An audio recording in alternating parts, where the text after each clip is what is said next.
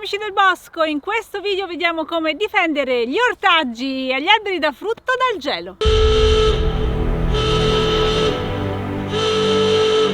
Qui da me in Toscana sono arrivate le prime gelate, un po' a sorpresa perché l'autunno è stato mite, ma nonostante queste temperature medie sempre più alte, i picchi di gelo arrivano lo stesso e anzi ci colgono di sorpresa. Io ricordo bene l'anno scorso tutti i miei finocchi gelati per una appunto gelata improvvisa, il mese sembrava mite, ancora non avevo provveduto a proteggerli, una bella notte è arrivato il freddo intenso, cioè 0 gradi o sotto zero, e le piante ne hanno risentito tantissimo. Quest'anno mi sono organizzata prima e quindi vediamo in questo video dei consigli per proteggere le nostre piante dopo tanto lavoro dai possibili danni del gelo.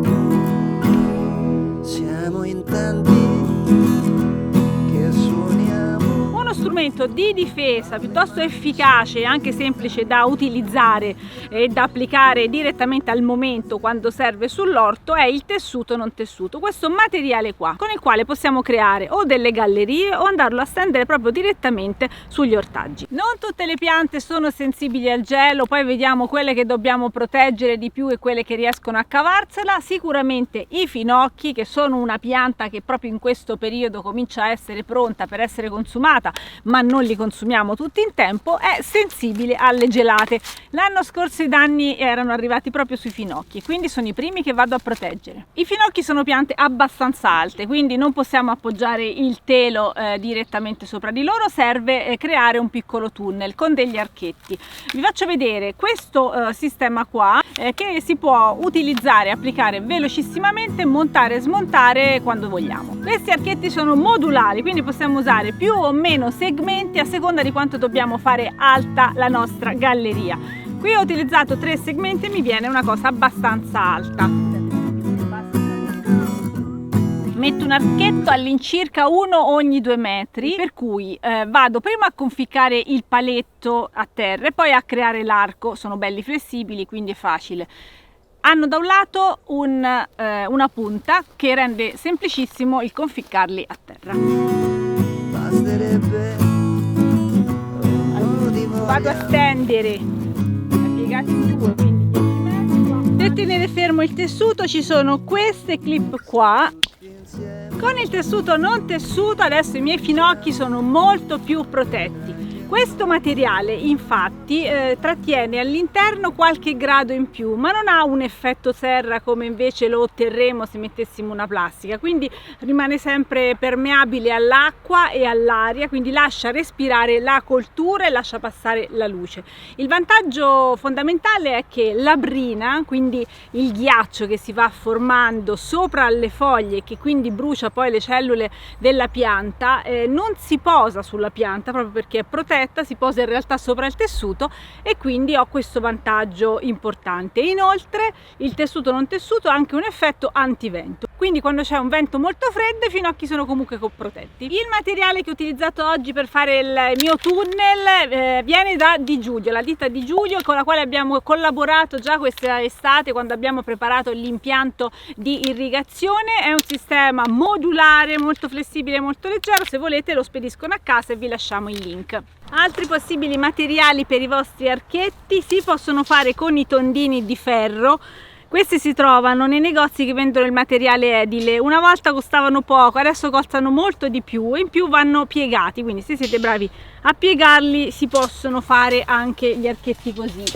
Inoltre un altro sistema è quello di riciclare dei tubi di irrigazione dell'acqua che non utilizzate più, dei tubi abbastanza rigidi ma sempre flessibili. Anche per questi mettete 2 paletti a terra e poi ci infilate il buchetto del tubo e avete il vostro archetto. Facciamo la coperta anche all'insalata.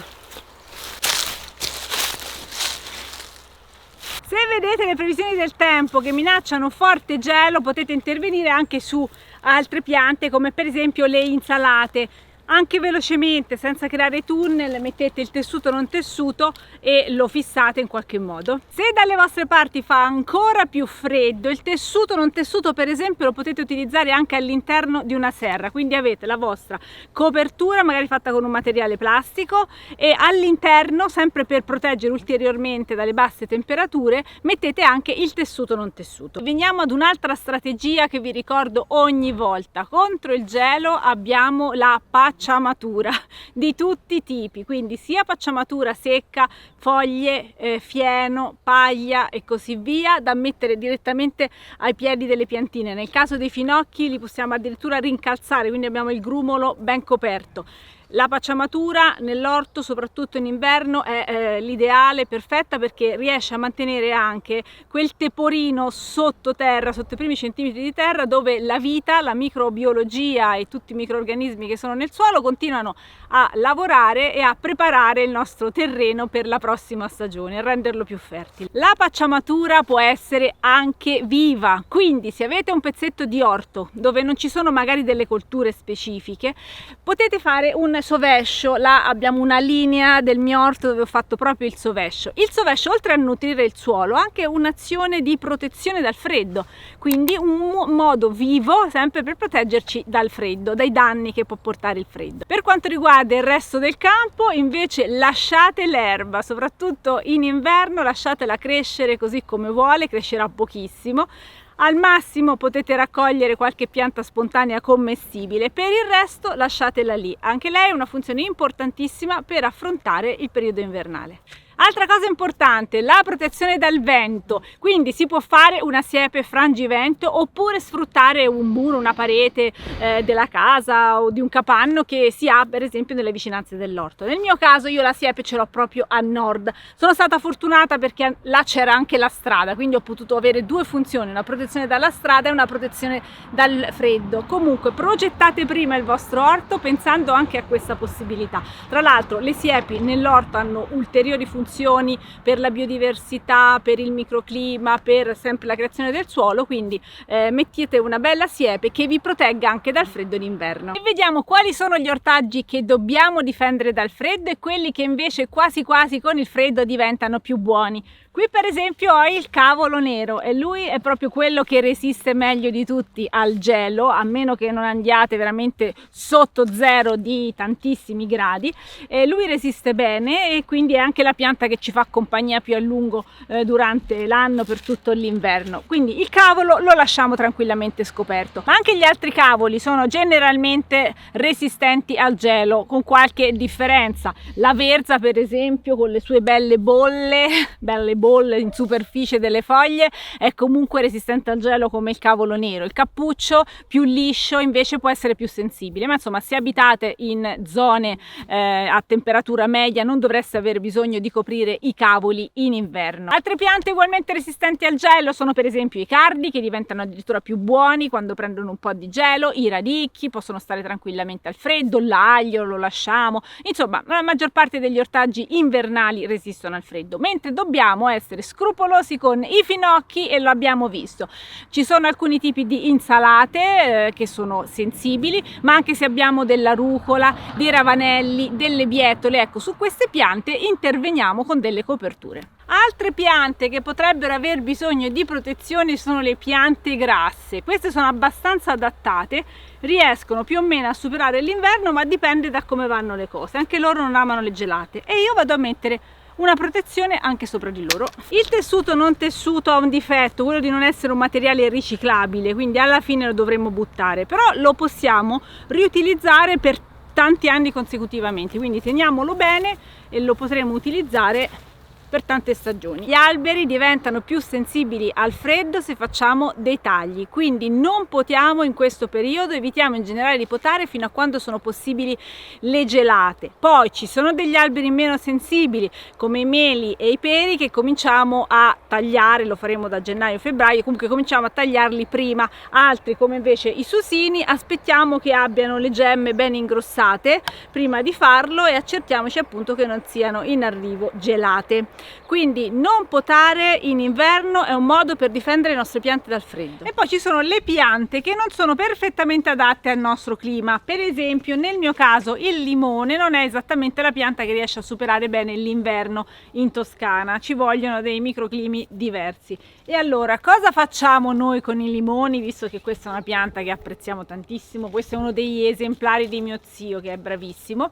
Possiamo mettere le ruote ai limoni, guarda, il vaso della pianta poggia sopra un carrello che, avendo le ruote, può essere spostato. Con questo carrello è possibile rimetterlo al riparo nei periodi più freddi. In alternativa, quando non possiamo spostare la nostra pianta, magari non l'abbiamo in vaso, l'abbiamo a terra, possiamo anche in questo caso utilizzare il tessuto non tessuto. Creiamo una specie di caramella perché dobbiamo fare in modo di coprire bene la sua chioma. Per un limone così grande la copertura deve essere abbastanza grande, ecco qua, un bel telo gigante. Ok, quindi devo avere una copertura sopra la pianta che poi vado a stringere all'interno in basso. Questo materiale è poroso, quindi non crea la condensa come se mettessimo invece un materiale di plastica, quindi possiamo tenerlo per diversi giorni, possibilmente per tutto il periodo delle gelate. Se poi abbiamo dei momenti di maggior calore dove la pianta sta bene scoperta, ogni tanto scopriamolo e poi controlliamo le temperature e ricopriamo all'occorrenza.